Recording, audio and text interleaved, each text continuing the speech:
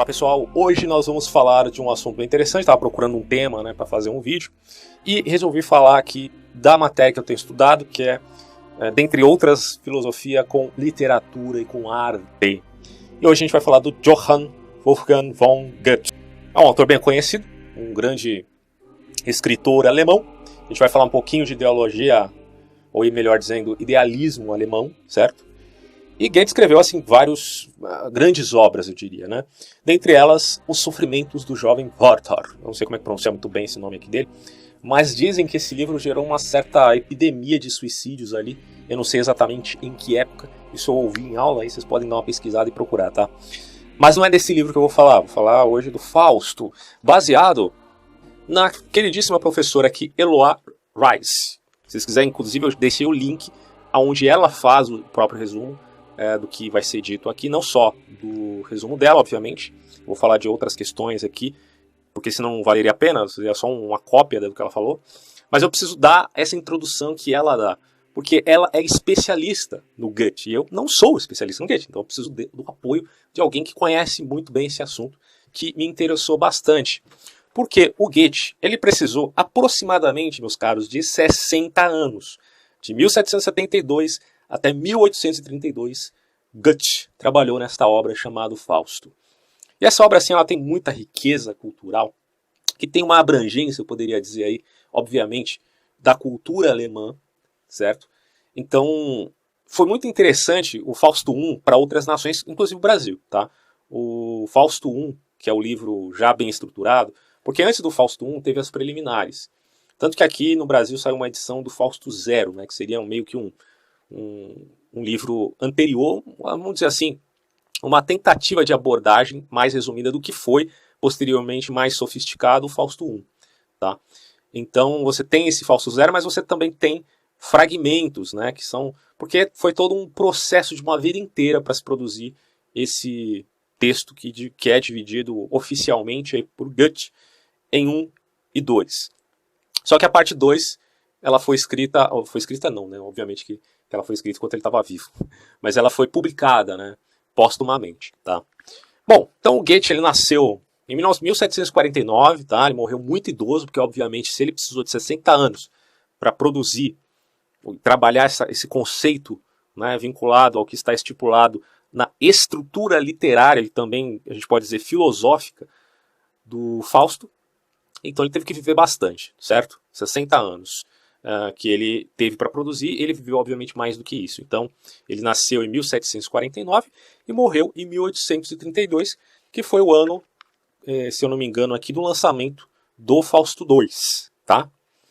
O Goethe foi versado em vários campos, não só na literatura, porque aí quando você fala de literatura, você está falando de capacidade de fazer romances, até porque ele faz parte desse movimento, né? O romantismo alemão. Mas escreveu poesia também, crítica de vários outros âmbitos, certo? Só que ele não se interessou só por esse conjunto vinculado à literatura. Ele também se interessou por ciência, astronomia, botânica, minerais, teologia, teosofia, certo? Quer dizer, o cara é muito interessante, né? Porque ele é como se tivesse no Fausto um superego. O Fausto também é um personagem desse tipo, que é um homem que já estudou muito, conheceu muito da história, não só da história, mas das ciências em geral, botânica, astronomia, enfim, meteorologia e tal. E ele, conhecendo tudo que ele conhece, ele ainda não tem a coisa principal, que é o sentido da vida, que é uma pergunta gnóstica, para quem assistiu meu vídeo sobre gnosticismo sabe do que eu estou falando. E lembrando, né, que quando eu falei sobre gnosticismo, eu estava falando do gnosticismo do século II e III em diante. Mas o gnosticismo moderno tem toda uma característica diferenciada, porque está mesclado com várias outras tradições, da Kabbalah, da teosofia, então é outra história, né? O pessoal discutiu comigo sobre esse assunto, mas eu sinto dizer, eu tenho bibliografia, tá? Inclusive vou até deixar depois num comentário fixado a bibliografia do livro que eu utilizei, do Hans Joseph, que é um historiador que tem mais, se não me engano, mais de 40 anos, né? Que estuda esse assunto. Aí o cara fala, mas isso é argumento de autoridade, isso não vale. Bom, tá, argumento de autoridade. Mas vamos combinar, né? Não é melhor você admitir que usar um autor que tem uma experiência de 40 anos faz muito mais sentido do que simplesmente você dizer que isso é argumento de autoridade, não vale. Porque vamos considerar o fato de que a crítica utilizada para um estudo feito durante um período de 40 anos, de alguém que demonstra não ser tendencioso à religião católica, como ele demonstra ser, ele não é o único que eu citei, inclusive citei outros grandes autores, como o próprio Giovanni Reale, que não trata especificamente ali do gnosticismo, mas trata de uma questão mais abrangente em termos filosóficos. Citei o Antônio Pinheiro, que é um catedrático lá da Espanha, que tem vários vídeos na internet, que é um cara, não precisa nem dizer, também estudou quase 50 anos aí de cristianismo primitivo. Então são pessoas que têm capacidade para falar do assunto e que enriquece a nossa perspectiva. Não estou falando que você tem que aceitar os caras porque eles são autoridade, tá? Mas que, bom, não pode dizer que aquele vídeo é fanfarrice, tá? Porque tem bibliografia. Bom, mas aqui a gente vai falar de literatura. A primeira coisa que eu queria dizer é que o Goethe, ele foi... Não vou dizer que ele tenha sido efetivamente por alguém muito específico, mas ele foi acusado de ser um cara um tanto diletante. E algumas pessoas, inclusive, me acusam também de ser diletante, mas não que eu queira me comparar com Goethe, pelo amor de Deus, né? Não tem nem comparação. Eu sou um pobre mortal. Não querendo também puxar o saco do cara, também que ele era um mortal, certo? Mas, sem dúvida nenhuma, ele era um gênio. Mas acontece que o Goethe ele gostava de muita coisa, vocês já perceberam. O cara estudou ciências biológicas, ciências matemáticas, estudou teologia, estudou filosofia, estudou uma porrada de coisas, astronomia, e escrevia romances, poesias, era crítico literário. Ele basicamente era um tipo renascentista, certo? Se interessava por todos os conhecimentos possíveis. Na verdade, a ideia do homem renascentista, e até mesmo medieval, e também na antiguidade, com Aristóteles, Platão, a tentativa de abarcar todo o conjunto de conhecimentos possíveis. Porque naquela época isso era possível, efetivamente.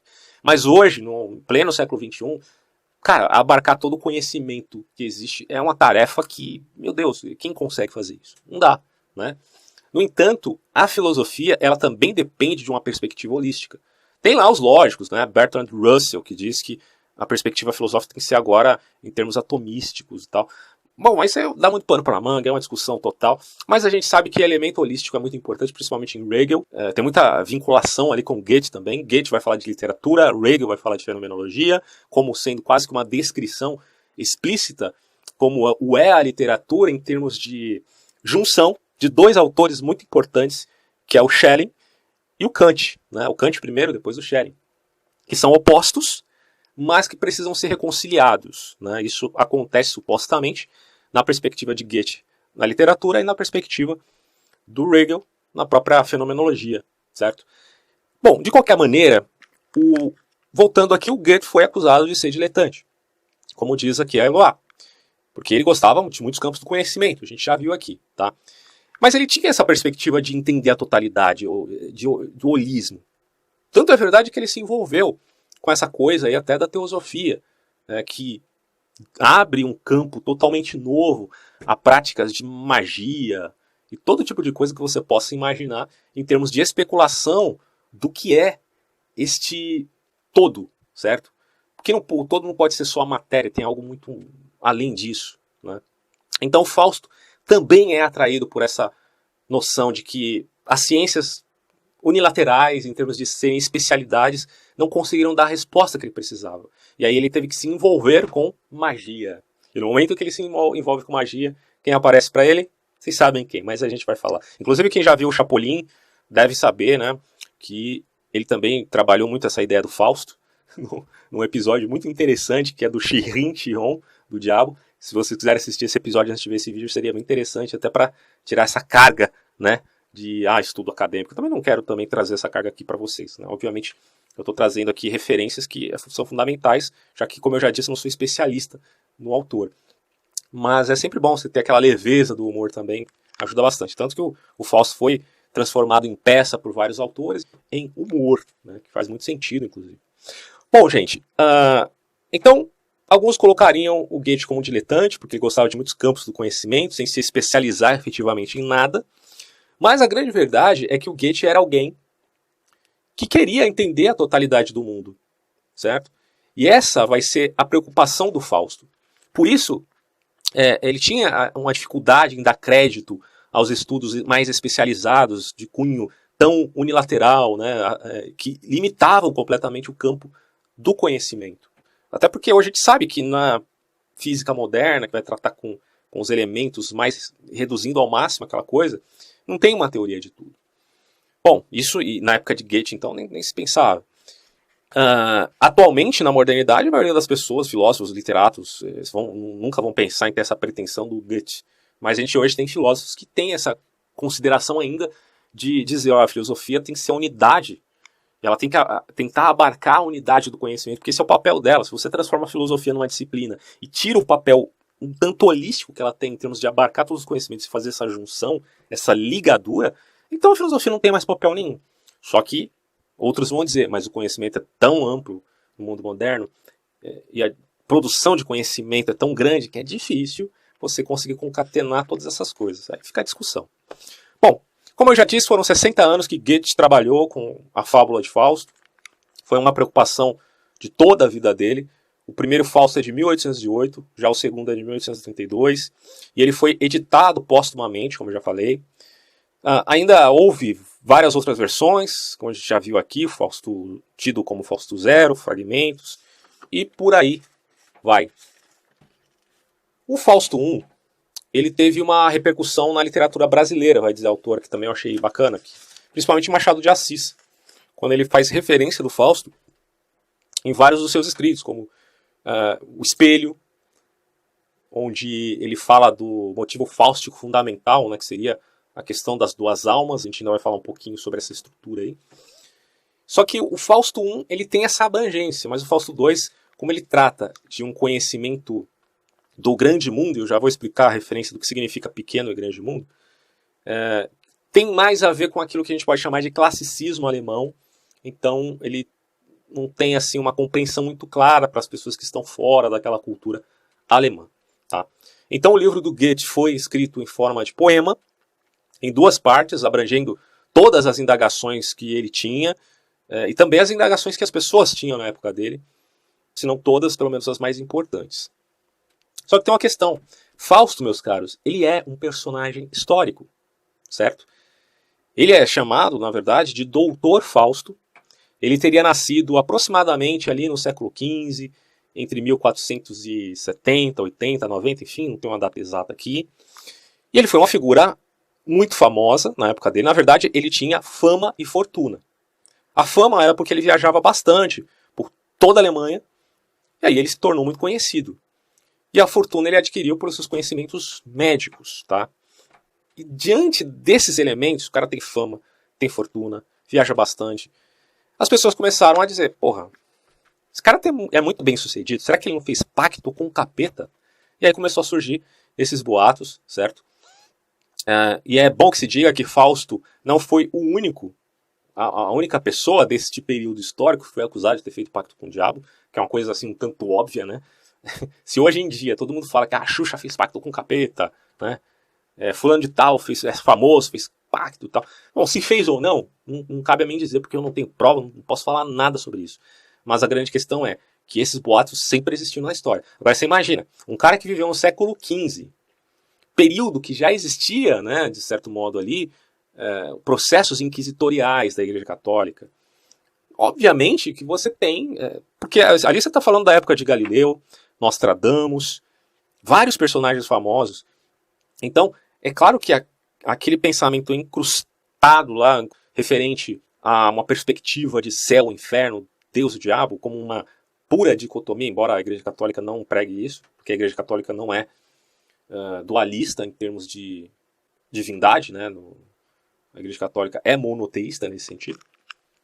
Mas o senso comum, a gente sabe como é. Bom, só que posteriormente foi escrito um livro popular chamado Peripécias do Dr. Fausto, por um autor que é tido como anônimo. Isso gerou várias edições, entre elas almanaques, com termos enciclopédicos, e claro que todo esse material serviu para o Goethe, posteriormente, certo? Muito depois, escrever a obra dele. Na verdade, antes ainda do Goethe, você tem esse livro popular sendo traduzido para o inglês e sendo obviamente levado ali para Inglaterra, atraindo a atenção de dramaturgos como Christopher Marlowe. O Christopher Marlowe, ele nasceu em 1564 e morreu em 1593. dá pra perceber que o cara morreu muito jovem, né? Até porque esse cara aqui, ele poderia ter sido tão famoso quanto o Shakespeare, porque o Shakespeare ele se inspirou no Christopher Marlowe, ao ponto de eles até meio que concorrerem ali na época, no teatro elisabetano e tal. Só que a grande verdade é que pelo fato dele morrer muito jovem, se eu não me engano assassinado, tem alguns filmes aí que contam a história de Shakespeare que mostram, né, o Christopher Marlowe morrendo.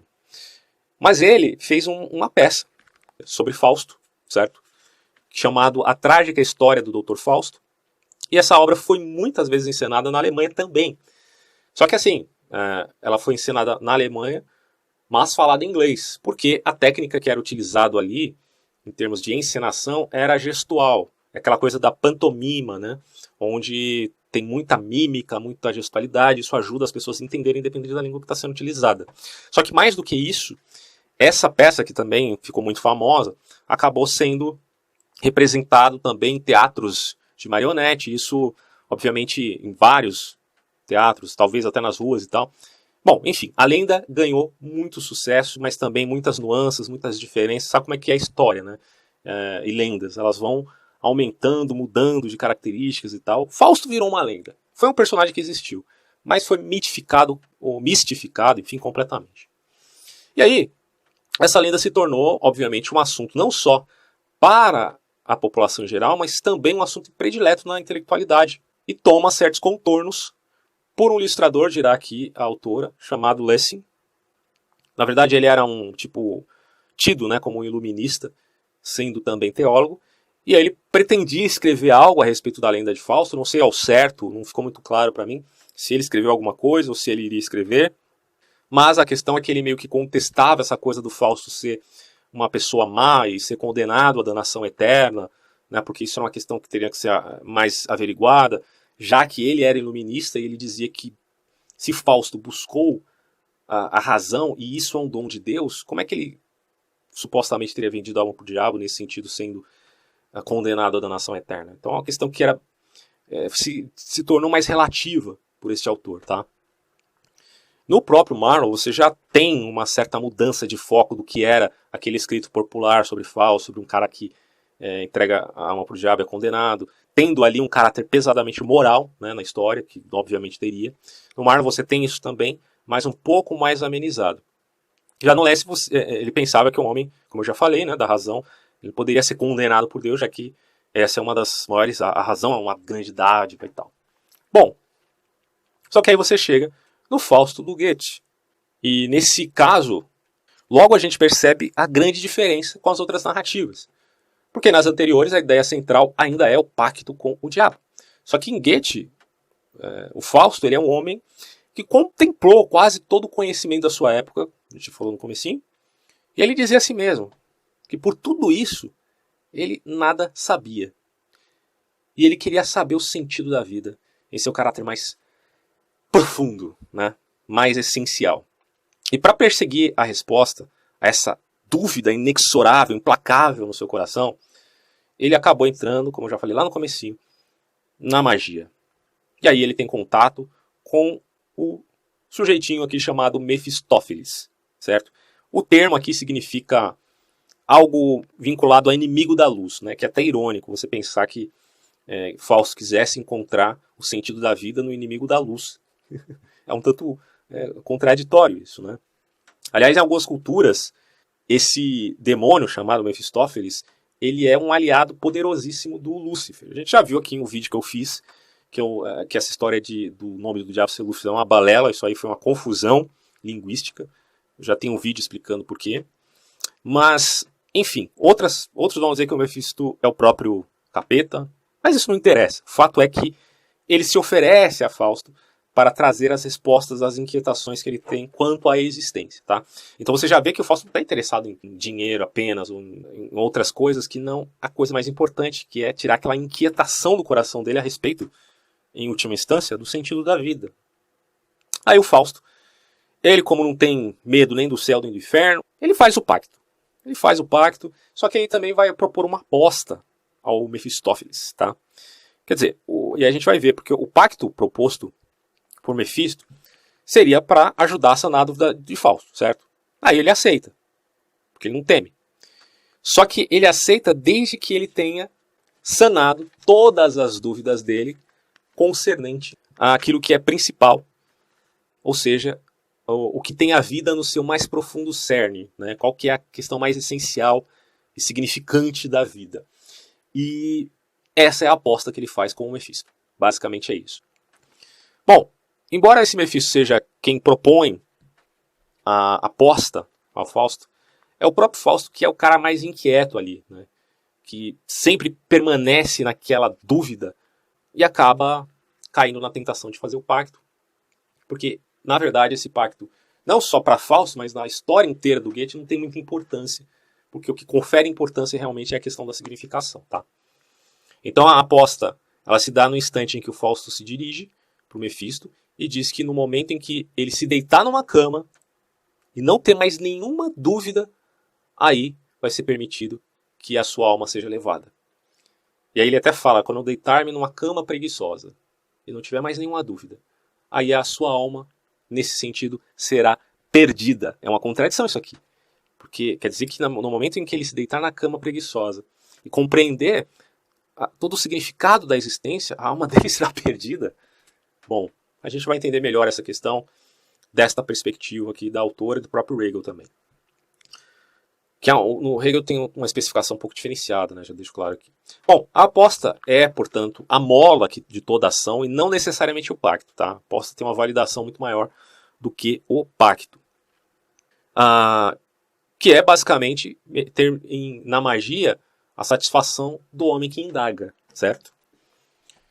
Acho que isso tem muito a ver com a questão gnóstica, né? Quer dizer, na teosofia, você procurar a satisfação da sua indagação, porque você não a encontra nas ciências especializadas. É interessante pensar isso. Porém, há também uma aposta entre Deus e o diabo. Você não tem só uma aposta entre o homem e Mefisto, mas também uma aposta no campo celestial, que gera, portanto, um problema metafísico. Porque no decorrer do texto a gente percebe que a apresentação do céu em Fausto ela é muito cristã, porque tem aquela questão da tradição. E aí aparece Deus e o diabo colocando, os dois na verdade, colocando o homem como cerne das suas preocupações, tá? Da sua discussão.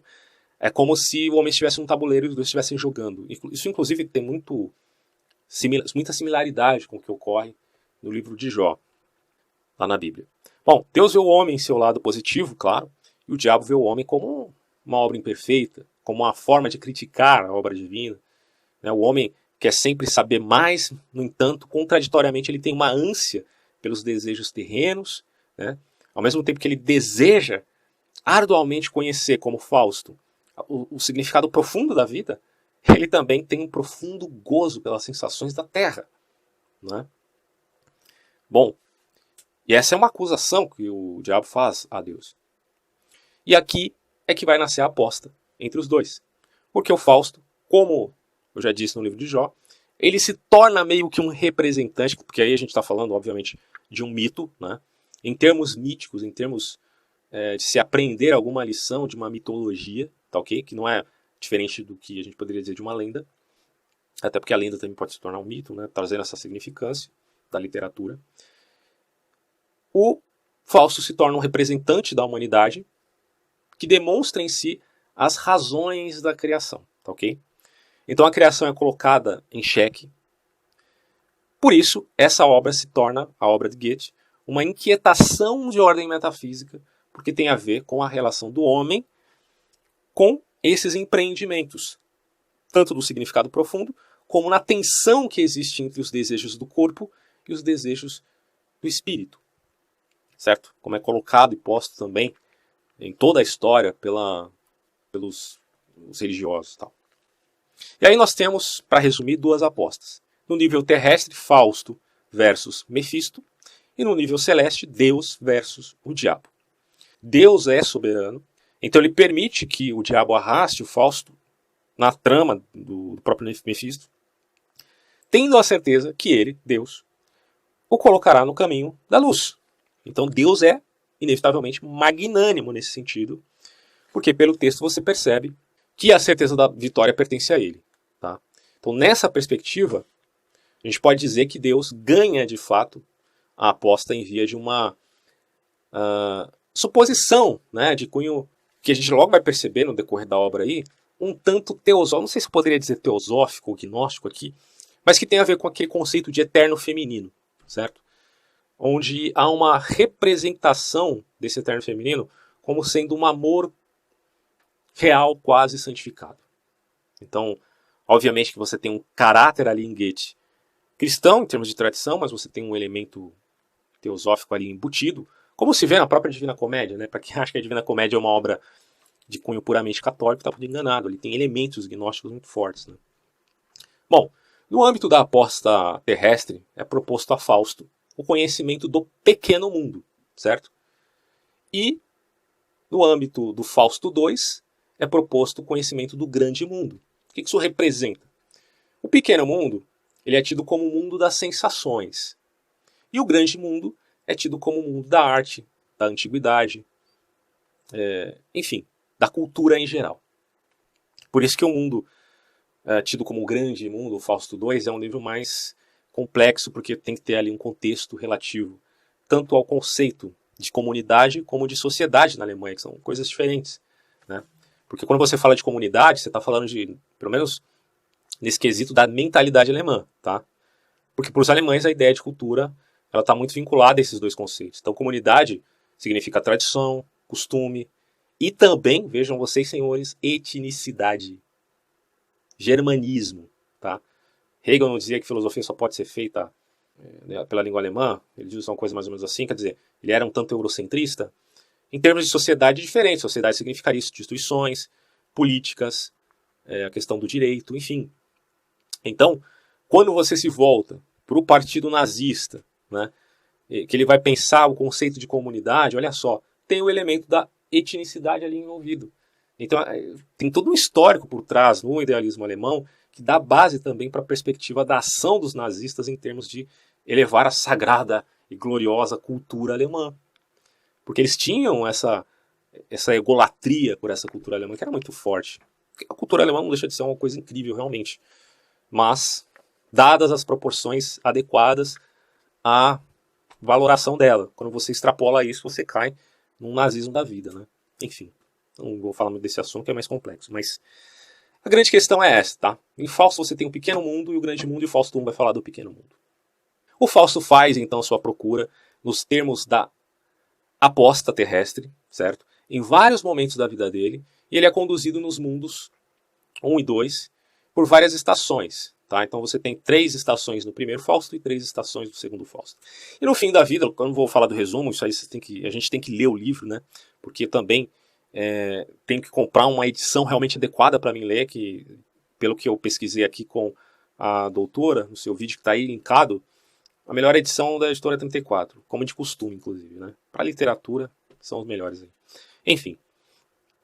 Mas aqui está dizendo o seguinte, que todo esse processo, o Fausto, no fim da vida, já velho, ele tem uma visão, certo, de homens tentando conquistar uma terra, e nesse momento, de todo o detalhamento ali do ocorrido, da visão, etc. e tal, ele vai dizer que no instante, aí parafraseando, obviamente, o que ele está falando, né, eu poderia falar, para momento, por tão belo que és.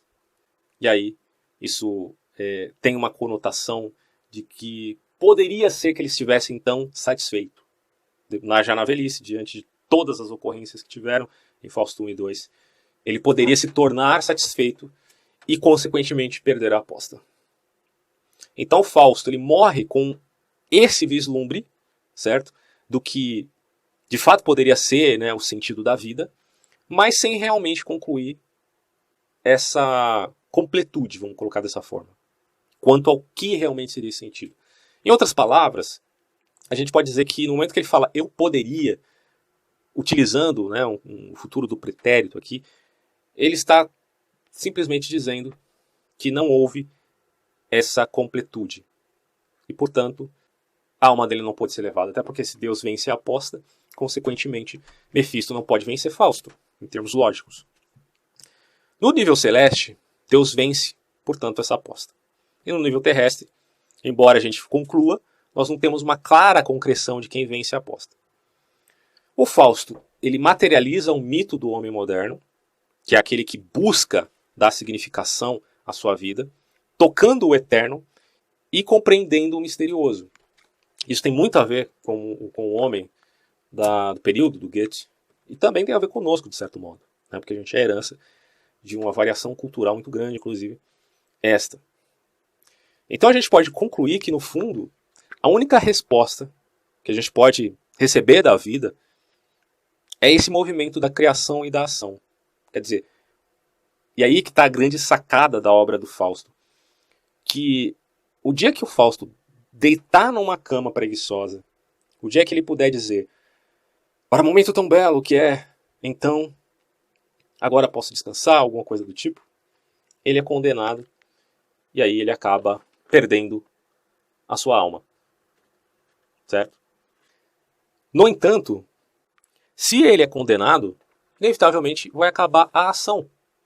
E se acabar a ação, acaba a vida. Então, no fundo, a ideia da história é a seguinte, que a resposta do sentido da vida, ela está exatamente na eterna pergunta. No momento que você não tem mais a pergunta, aí você está perdido. Porque há uma relação inevitável aqui entre procura, criação e ação. E a significância da vida, então, seria justamente esses três conceitos juntos que delimitariam, digamos assim, aquilo que é a representação do homem no mundo. Procura, criação e ação.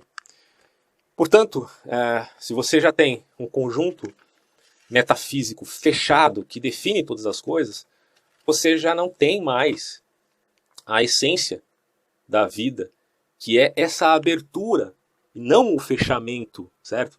Em outras palavras, quando você fala de humanismo, pelo menos até onde eu entendi em Goethe, você está falando que a verdadeira humanidade não está nem na filosofia, em termos, digamos assim, de grande narrativa fechada, não está nem na teologia, porque a teologia também pode propor um fechamento completo de todo o arcabouço relativo ao mistério, e nem na teosofia, que também pode propor esse fechamento gnóstico de toda a realidade, certo?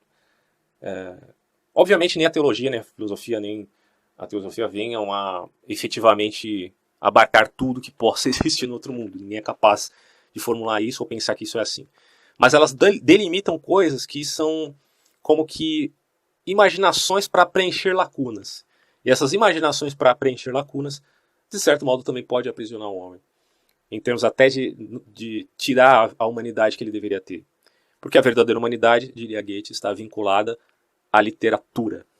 E isso a gente vai entender aqui num PDF muito interessante, que é de uma autora chamada Larissa Drigo Agostinho.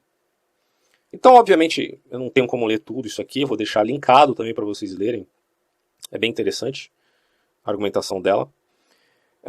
Mas algumas impressões que eu tirei, tá, antes da gente falar da conclusão final. Então, a primeira coisa que ela vai falar é da problemática moderna, que separa a questão do direito da questão da justiça. E aí ela vai dizer, sempre se soube, quer tanto as leis, quer como as sentenças judiciais podem ser injustas. E a Antígona de Sófocles, bem como o Sócrates platônico, raciocinaram profundamente sobre isso. E é tipicamente moderno apresentar o problema em relação com duas teses, que ser e dever, que é aquela coisa, né, do que é descritivo e do que é prescritivo, alguma coisa relativa, por exemplo, vocês podem encontrar alguns artigos sobre guilhotina de Hume, que também podem explicar um pouco dessa coisa da diferença entre fato e valor, que dá muito pano para manga. Eu já tenho trabalhado alguns vídeos sobre esse assunto, mas é bem complexo, preciso ainda concatenar melhor essas ideias, mas enfim. Que ser e dever devem ser separados e que a razão tem a ver com a verdade teórica. Bom, quando você pensa no Friedrich Schiller, não confundir, por favor, com o Schelling, né? É um nome meio parecido, mas enfim. O Friedrich Schiller olha para Kant e vê o imperativo categórico e toda a perspectiva voltada-se à racionalidade. Aí ele percebe, a gente tem que ter alguma coisa parecida nesse sentido em um contexto que não seja racional, mas estético, certo? Quer dizer, o Schiller, ele é um dramaturgo também, quer dizer, ele escreve peças muito radicais, até inclusive revolucionárias, porém não necessariamente é ruim a coisa, tem qualidade, de certo modo. E ele escreveu então uma obra chamada A Educação Estética do Homem, que nos remete, portanto, a Kant, quanto a esses termos estéticos. Kant, inclusive, tem um termo que ele utiliza, né, que é o conceito de genialidade. Tá? Então, esses idealistas alemães, eles recuperam de Kant esse conceito, onde o gênio ele cria novas regras mediante sua obra de arte e autentica a elas, tornando-as intensas, porque são, de certo modo, espontâneas. Isso tem a ver muito com o romantismo, né? Quando a gente percebe que o romantismo ele tem essa característica da intensidade, da autenticidade, de ser fiel a si mesmo, de ser original, não necessariamente em termos de ter sucesso nas suas apreensões visionárias, mas em acreditar nelas, não importa quais sejam. Isso é muito característica do romantismo. Bom, a gente tem, de certo modo, isso no Schiller. Só que no Schelling você tem um contraponto completo a Kant, porque o Schelling vai propor uma ideia, digamos assim, de intuição estética. Talvez em outros termos, mas basicamente é isso que ele quer dizer. A gente vai ler aqui para ficar mais claro no PDF, tá? Os sujeitos modernos são, portanto, cindidos entre uma razão impotente e uma vida feita de prazeres efêmeros. E esta é a grande tragédia de Fausto, a impossibilidade de reconciliar dois pensamentos filosóficos, duas faculdades humanas, que é a razão e a sensibilidade. A autora diz, eis a aposta de Goethe, que nos convida a fazer o seguinte, pensar a arte sobre a ótica da vida, certo? Isso significa pensar que a arte diz respeito à nossa vivência e experiências efetivas, que ela diz respeito não ao domínio da ideia pura e abstrata, mas da realidade concreta. A arte estaria assim entre a ideia e a vida. Interessante, né? Ela estaria entre, podemos dizer, fato e o valor, ou o valor e o fato. Então, ela seria responsável pela transformação da ideia em realidade. Tá? E ela diz mais, estou pulando aqui um pouquinho, tá? Vocês podem ler o PDF que eu acho que é melhor. O que Fausto mais anseia é gozar a vida, né? Gozar dos prazeres que lhes foram negados pela ciência, porque no Goethe, como Fausto teria sido o homem das ciências, apesar que o Goethe era meio mulherengo, né? Mas tudo bem. Ele se interessou sobretudo pela geologia, botânica, como a gente já viu aqui, e desses estudos ele elaborou seu tratado sobre as cores, tal, vai falando aqui. Mas a frustração de Fausto, personagem do Goethe, em relação à ciência, é aquilo que o leva à prática da magia. O que Fausto procura na magia é poder. Simplesmente isso. Ele quer poder. E não se trata apenas de desejar conhecer, mas de querer controlar a vida. Quando nos envolvemos com magia, não é isso que nós queremos fazer? Controlar a vida? E aqui não estou falando em quesito moral, estou dizendo simplesmente uma percepção do que de fato acontece. A magia daria essa ilusão de que o homem poderia alcançar poderes sobre-humanos e ele seria capaz não apenas de conhecer, mas de controlar a vida, corrigi-la, adequá-la às suas expectativas. O Hegel se refere aqui à filosofia, ele cita o Hegel anteriormente, né, e conclui. Ele se refere aqui à filosofia que, com o medo de errar, se volta contra a experiência e se dá as costas e prefere isolar-se no caminho, no conhecimento puro, na razão pura, exatamente como ocorre com Kant. Ou então, ele dá as costas para a experiência em nome da contemplação do absoluto, sob a forma da intuição na arte. O que preconiza quem? Schelling. E o que Hegel pretende fazer é reconciliar essas filosofias, essas dimensões do saber formal. Tá? A primeira tragédia de Fausto é a do homem das ciências, profundamente satisfeito, indiferente e distante da vida. E a segunda tragédia do Fausto é a tragédia do homem frustrado com conhecimento puro, se deixa guiar exclusivamente pelos sentimentos. Então, são dois modelos de filosofia que perecem aqui e que clamam por uma reconciliação. E eis justamente o ponto de partida da fenomenologia do espírito de Hegel. É esse o significado que tanto Goethe quanto Hegel atribuem à palavra experiência. Porque na fenomenologia trata-se de descrever a experiência da consciência, a experiência de um sujeito que procura tornar-se consciente do funcionamento da razão e agir de acordo com o conhecimento que adquire sobre sua formação. Assim, o que significa para Goethe formar-se? Bom, um indivíduo se forma quando ele é capaz de finalmente, simplesmente refletir sobre si mesmo, significa descobrir-se como Dom Quixote, personagem de um romance. Ser um indivíduo significa saber-se tal, tornar-se tal, tornar-se consciente de que a experiência, a vida, se escreve como um livro. Isso aqui tem muito a ver com Goethe, né? Ele forma meio que um gênero literário no sentido de que o cara se torna como que a vida como se fosse uma arte, né? Como se fosse uma literatura onde o personagem vai se tornando cada vez mais edificado, mais sábio, mais completo. Isso se inverte, inclusive, em literaturas posteriores. Mas a gente pode dizer que o Goethe inaugura esse tipo de gênero tipicamente alemão, né? Onde o romance mostra a trajetória de um sujeito que vai amadurecendo e se tornando cada vez mais consciente e sábio a respeito das coisas da vida. Enfim, mais ou menos isso. Bom, o Goethe define então a literatura nos mesmos termos que Hegel, através justamente da noção de erro. Para ele, a literatura não faz outra coisa a não ser nomear nossos erros. E nesse sentido que Hegel vê a fenomenologia como uma história da formação, né, nesse conceito, que ele entende que a fenomenologia também trata disso como a literatura o faz. Tá? Então eu vou ler para vocês agora as considerações finais do PDF, e aí a gente finaliza esse vídeo aqui para não ficar muito grande. Já está grande, né? Bom, assim vemos que o conceito hegeliano de experiência tem sua gênese na imbricação dos conceitos de esclarecimento, formação e educação. Além disso, a noção de experiência busca, antes de tudo, unir o que o entendimento kantiano havia separado. A gente já trabalhou isso em outros vídeos, inclusive eu falei muito sobre isso no vídeo que eu fiz sobre católicos versus protestantes com a autora Nancy Pursey. Bom, esta é a grande tarefa do Hegel, como outros filósofos e artistas do seu tempo colocaram para suas obras. Né? Kant legou aos filósofos de seu tempo o desafio de libertar o homem de um estado de servidão. Beleza. No entanto, a filosofia kantiana colocava um problema para os seus sucessores. Ela era vista como um formalismo que excluía e impedia qualquer manifestação da sensibilidade. Por isso, Schiller irá buscar na arte o elemento capaz de transformar o homem e assim cria um estado que possa assegurar a sua liberdade. Da mesma maneira, Schelling, para criticar Kant, se volta para a sensibilidade. Mas aqui sem buscar uma forma de reconciliação, ele não está preocupado com isso. Ele faz um rompimento de fato. Ele não tem reconciliação entre política, razão e sensibilidade. Apenas apostando que só a arte sobre a forma de intuição pode dar conta do que é da ordem do absoluto. O próprio Hegel define a arte como manifestação sensível da ideia, uma construção do pensamento humano, onde o que está em questão é um modo de relação entre a razão e o sensível.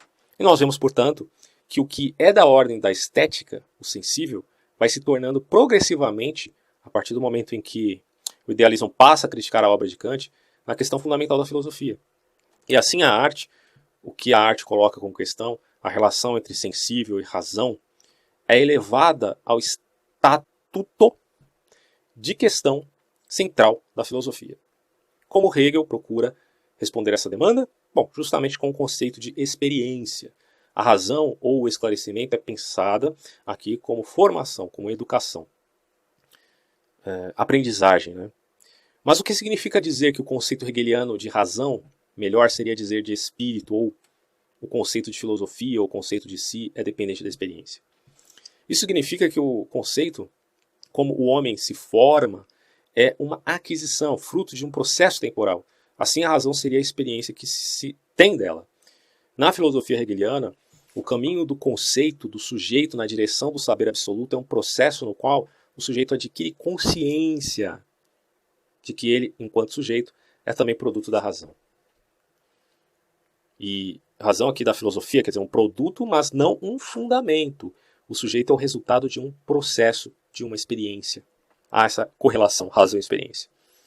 Por isso o sistema é, segundo Hegel, a sua própria exposição. Nessa exposição fenomenológica, o pensamento é também vivência. O pensamento experimenta, testa, aplica ideias que se transformam e transformam o real. Assim é a partir da experiência que podemos pensar o que seria a filosofia. A própria razão ou o conceito, o sujeito, o sistema, seu modo de exposição. Então, para realmente a gente compreender o papel da literatura no sistema filosófico hegeliano, a gente tem que observar o lugar que essa ocupa na fenomenologia. Então, nessa obra, a arte não tem um capítulo específico como a religião. Ela aparece apenas como religião da arte. enquanto que a literatura aparece em diversos momentos, em diversos capítulos, não apenas na seção efetividade, mas na definição da cultura, na definição da eticidade. Ou seja, a literatura é uma fonte privilegiada de figuras para a fenomenologia. Interessante, né? Isso significa dizer que a literatura é muito mais do que um documento histórico capaz de nos descrever a vida social de uma época. A literatura é um instrumento pelo qual o homem pode testar ideias, e é exatamente na literatura que as ideias procuram concretude, procuram se determinar, adquirir materialidade e penetrar nas diversas dimensões da vida. Se a literatura fornece à filosofia um caminho na direção do real, é porque ela pode, ao lado da filosofia, construir novas formas de vida, exatamente como Kant acreditava que o esclarecimento deveria funcionar. Ou seja, fazer com que o homem fosse capaz de exercer sua própria liberdade, pensar por si mesmo, determinar e construir a vida, né? E a sociedade em que gostaria de viver, ou até levando a cabo aquele conceito de genialidade quanto à arte, de criar, de inventividade. Na literatura podemos testar novas formas de vida através da ficção. Podemos errar sem mais consequências, certo? E pensar e repensar como gostaríamos de viver na literatura. Então a literatura traça, portanto, uma ponte, como diria Goethe, entre as ideias e a vida. Ela é, antes de tudo, um instrumento político que nos permite transformar as ideias em formas de viver. E, portanto, para mim, eu falo por mim, não mais pelo PDF, é a melhor forma de entendermos o que é de fato o humanismo. Porque, como diria Philip Yancey, que é um autor que eu gosto bastante, um autor cristão, ele tem alguns livros que ele escreve, inclusive um sobre literatura. Deixa eu ver se ele está aqui na minha estante. É uma obra chamada Muito Mais Que Palavras, tá, desse autor, Philip Yancey, onde ele vai colocar, quer dizer, a Bíblia não é mera teologia, quer dizer, que você pega a Bíblia e está pensando em teologia. A Bíblia tem um monte de narrativas, é como a literatura, né? É totalmente humana, você vê pessoas más, pessoas boas, você vê crueldade, você vê violência no sentido até de maldade, mas também de autodefesa. Você vê guerras, você vê paz, você vê finais felizes, você vê finais tristes, você vê tragédias e alegrias, amor, ódio. Tudo isso está lá, né? É uma representação, ele vai dizer, do que é de fato a literatura, né? Quando se pensa nos Salmos, quer dizer, os caras foram levados cativos lá para a Babilônia e aí eles escrevem um salmo dizendo, quem dera eu pudesse fazer a mesma coisa que vocês fizeram com nossas crianças, pegando a cabeça delas e jogando-as na pedra. Aí um cara bocoió do século XXI, né, ateuzão da vida, pega lá aquele texto e fala, nossa, olha só o que a Bíblia está dizendo, que absurdo, será que a gente tem que seguir isso mesmo? Quer dizer, e você vê esses erros até em pessoas sofisticadas, como o saudoso Saramago, né? Mas o ponto de vista é totalmente diferente, que é uma inspiração que, na minha perspectiva, não é palavra por palavra, no sentido fundamentalista, mas tem esse conceito literário muito forte, né, no texto bíblico. E claro que isso não está restrito, né, no texto bíblico eu usei como exemplo para falar da teologia. Mas, enfim, no arcabouço daquilo que é produção da cultura humana, né, inclusive no próprio Fausto de Goethe. Claro que quando a gente pensa em humanismo, a gente sabe que ele está rastreado ali na história. Mas tenta pensar o humanismo não no seu caráter de movimento, né, de um certo pensamento que está moldado por uma época, mas de algo que está introjetado no ser humano mesmo, né? Ou seja, a qualidade de ser como tal no mundo. Então acho que nessa perspectiva, aí o conceito é válido, tá? No sentido em que você o apreende como uma característica, né, da sua própria espécie, mas não só no que se refere ao elemento biológico, mas também no aspecto psíquico, no aspecto espiritual. Então tudo isso envolve a qualidade de ser humano. Então, nesse sentido, essa qualidade ela é muito anterior a esse movimento humanista que é rastreado na história, que é um movimento filosófico, etc. e tal. Então, quando você pensa em religiões matando em nome da fé, como se viu na Inquisição, e não foi só na Inquisição, na própria perseguição por alguns protestantes também, é como quando você vê grupos que, sejam eles esotéricos ou exotéricos, né, tentando apreender uma determinada verdade superior, que muitas vezes acaba mais alienando, e aí eu não estou apontando para ninguém nem para nada, tá? mas acaba alienando algumas pessoas em determinados momentos. Ou quando você vê as religiões políticas que destroem completamente a capacidade do indivíduo de admitir por reflexão a concreção dos fatos que estão diante dele e fazer a partir daí um determinado juízo para discernir o que seria certo e errado nas decisões políticas. Bom, então eu acho que é extremamente válido você pensar nesse ponto de vista do Goethe e de Hegel. Só que nem tudo é flores, tá? Tem muita gente que critica essa perspectiva. Eu tenho, por exemplo, aqui um artigo do Nivaldo Cordeiro que fala o seguinte, que aí também é bom sempre deixar os dois lados da questão para você pensar bem, tá? Ele fala num artigo chamado Goethe e Dostoiévski, onde ele diz assim: Goethe é o cronista do nascimento do relativismo moral. Aí você pensa, como assim, né? Tudo é uma questão muito polêmica, tá? Mas ele está colocando dessa maneira. Dando-lhe uma base teológica que tem raiz nominalista. A questão do nominalismo é algo que é muito importante a gente trabalhar no pensar filosófico e certamente surgirão vídeos falando sobre isso. Bom, no Fausto, o símbolo está no quarto gótico do intelectual entediado no tempo em que ainda a arrogância moderna se escorava na lei da analogia gnóstica. O que está embaixo é como o que está em cima. Para cultuar, segundo o autor aqui, o mal. E essa lei foi depois abandonada com a declaração da morte de Deus por Nietzsche, que inaugurará o século XX de triste memória.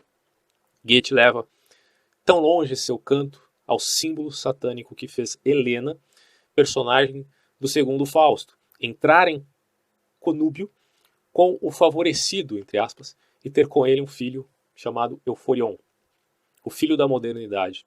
E quem é Helena? Bom, é um símbolo que retrata Vênus, a máxima beleza. Helena é a mesma Vênus que a estrela da manhã e a estrela vespertina, em outro lugar tão lindamente cantado por Samuel Beckett, mal visto, maldito. Dostoiévski, especialmente no livro Os Irmãos Karamazov, discutiu também o mal, mas de uma perspectiva cristã. Aliás, dentro do cristianismo há duas correntes que entendem o mal de modo diverso. Uma na linha agostiniana, que teve em João Paulo II um seguidor, o vê como mera ausência do bem, numa visão que chama a intelectualista, né? E outra, conforme o ensinamento de Paulo VI, e dentro da tradição da letra dos evangelhos, o vê como personificação ativa que age na história. Apesar que Agostinho também compreendia o diabo como, obviamente, não uma pessoa, mas enfim, não vamos entrar nesse assunto agora. A minha própria intuição é que o mal não apenas é personificado e age na história, como também aprende no processo histórico e com isso potencia sua própria maldade a cada momento. O tenebroso século XX é o reflexo desse aprendizado de milênios. Se Goethe pressentiu a avassaladora presença do mal em seu tempo, dominando as letras e a política, tendo aderido incondicionalmente ao signo dos tempos e inimizando-se com a Igreja Católica, o autor russo fez o caminho oposto. Ele denunciou o mal, ele ergueu a tradição, no sentido cristão, como antídoto, e mostrou que a bondade não pode ser derrotada pela maldade. Dostoiévski foi um grande psicólogo. Ler ambos os autores, aí é uma dica legal, em sequência, é uma dádiva pedagógica e uma oportunidade rara. Dostoiévski é, assim, inimigo das novas religiões políticas nascidas com a modernidade e que têm servido para que o mal alcance sua plenitude de morte e destruição. Então é isso, gente. Se quiser ler o artigo inteiro, está disponível aí também o link logo abaixo. Fico por aqui. Reflitam no tema. É sempre para refletir. Não estou cagando regra de nada. Grande abraço e até mais.